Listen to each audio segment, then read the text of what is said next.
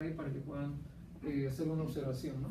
O pueden ser láminas, laminillas, donde se puede hacer un raspado, como ahora lo vamos a ver, o con un buen manejo, con un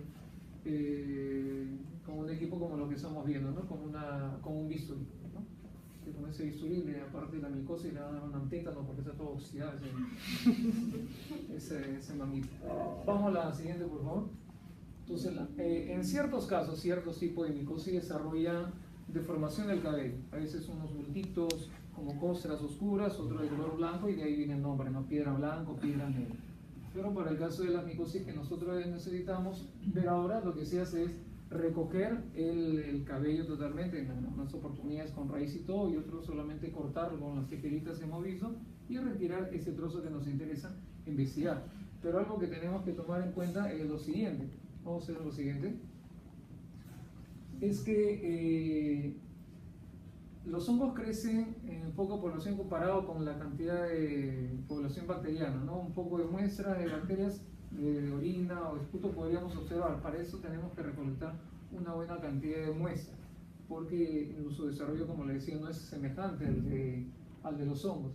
Entonces lo que tenemos que hacer es hacer una limpieza, como habíamos dicho, y miren, para la zona del cabello podría hacerse una toma con 2 láminas, ¿no? O con una y recogerla dentro de un sobre y transportarlo también en un sobre de primer uso, ¿no? Y se van a formar una especie como de caspa, ¿no? La piel que se está escamando. Esa es la zona donde nosotros tenemos que tener mayor énfasis a la hora de tomar la muestra. O pueden haber zonas en la piel donde, como vemos, hay un enrojecimiento bastante notorio.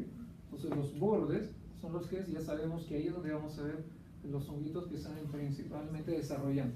O para el siguiente, para el caso de las uñas, ¿no? Tomar la muestra ya sea con un bisturí, con mucho cuidado, o con unas tijeras especiales, porque las uñas tienden a deformarse, entonces a veces es mucho más fácil recortar esas uñas deformadas que una uña normal. Entonces se hace un recorte y luego se transporta ya sea en una placa, en un sobre cerradito, y a la hora de trabajar hay que reducir el tamaño de estas estructuras y hacerle un tratamiento como ahora lo vamos a ver. Vamos a ver la siguiente.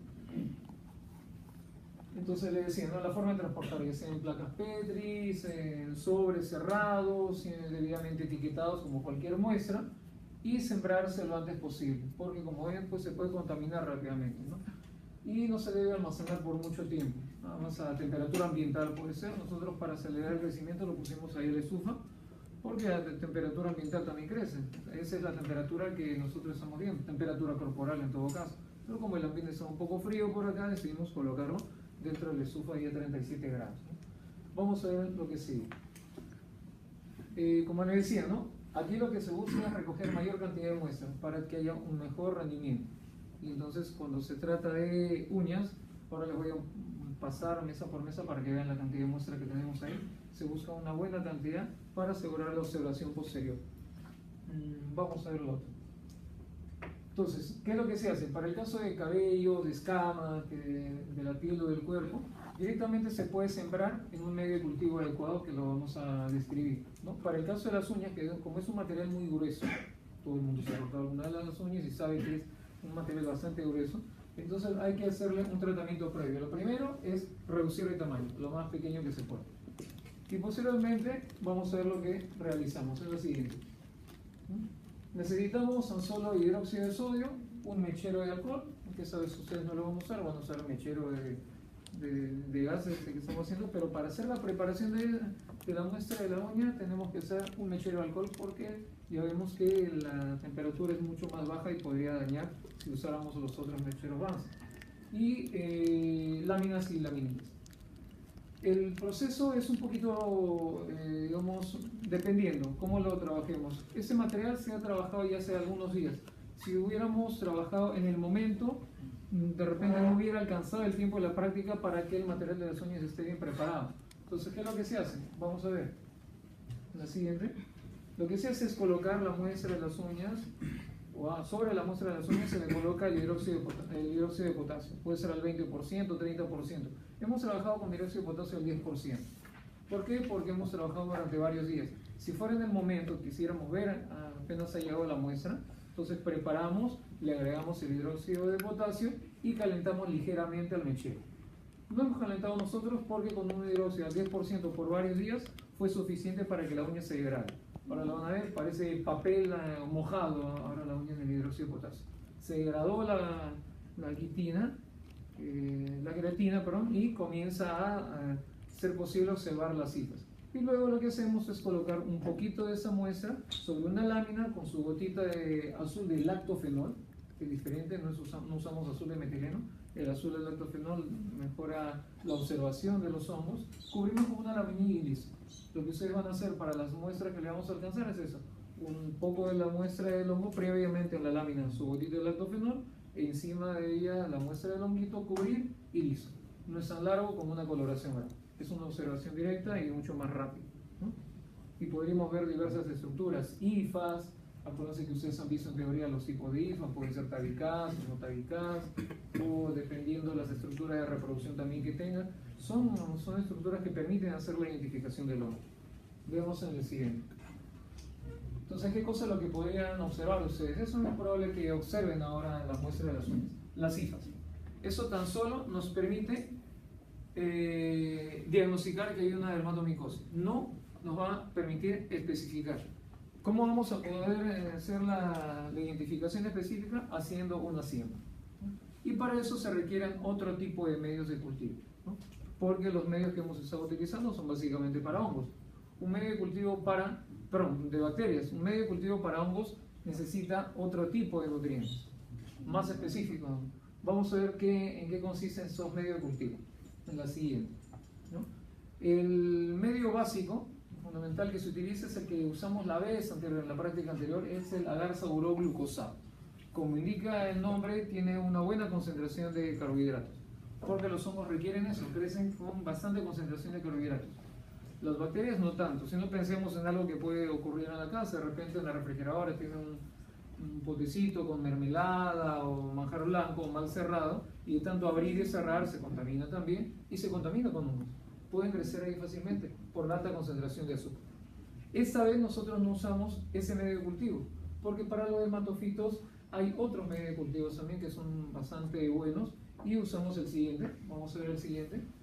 Bueno, las condiciones, como les estaba diciendo, ¿no? 30 grados, 37 grados, a veces no se recomienda, y esta vez nos ha jugado una mala pasada porque hubo una contaminación y han desarrollado mucho más rápido los hongos ambientales que están acostumbrados a esas condiciones, ¿no? Pero lo que nosotros hemos hecho es lo siguiente: es el medio de cultivo agar papa dextrosa, ¿no? Hace un poco más de una semana yo mismo traje mis papitas del mercado, fui al mercado, hice mi plaza por ahí.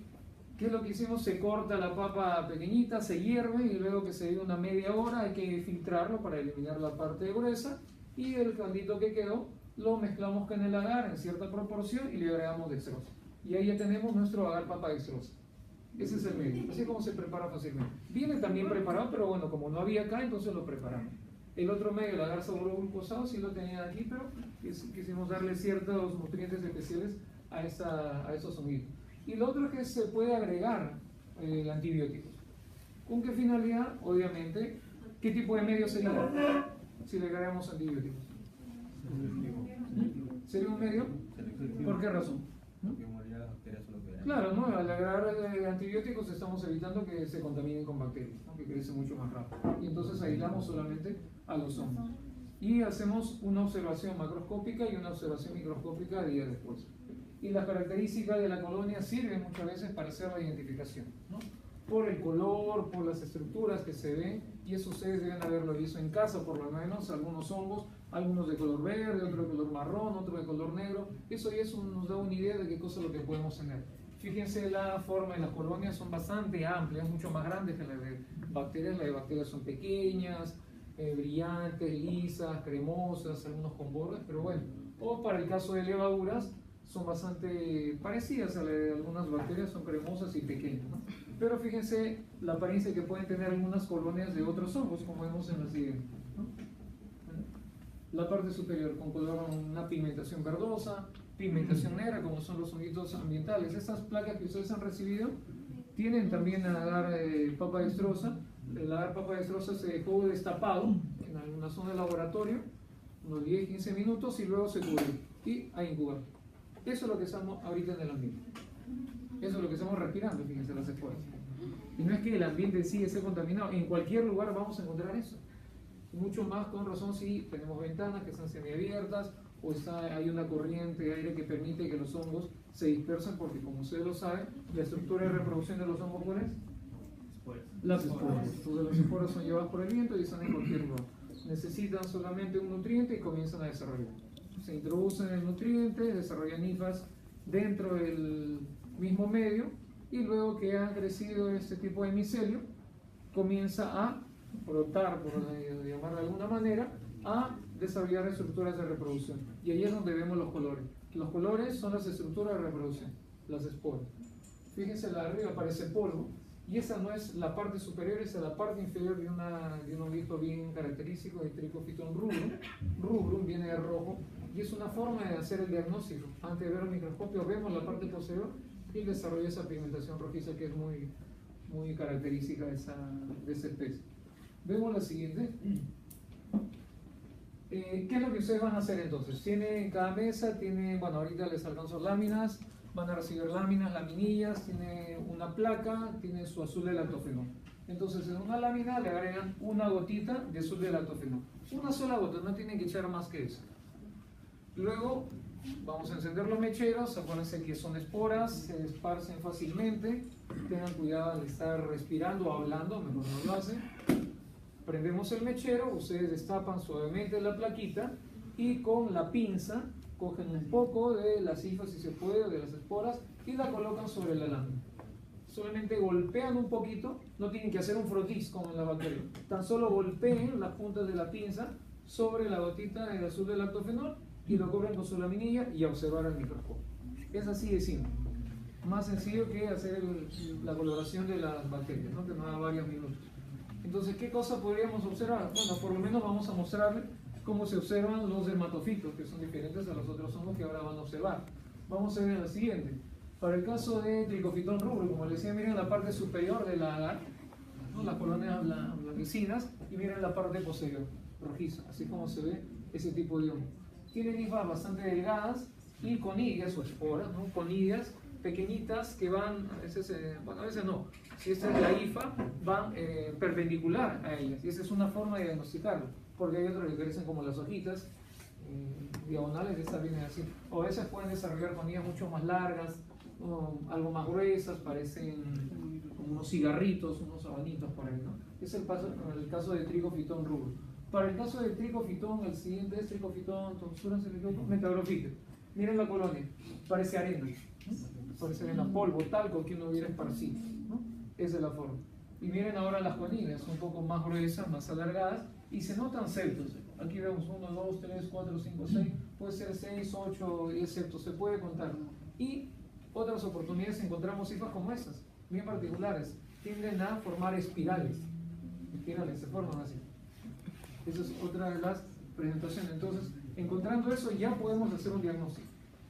Acuérdense con bacterias que ustedes hacían la coloración Gram y veían coco Gram positivo, coco Gram negativo, o Gram positivo, Gram negativo, y de ahí tenían que hacer otras pruebas y después hacer la bioquímica y todo eso. Con una observación al microscopio ya podríamos nosotros hacer una identificación.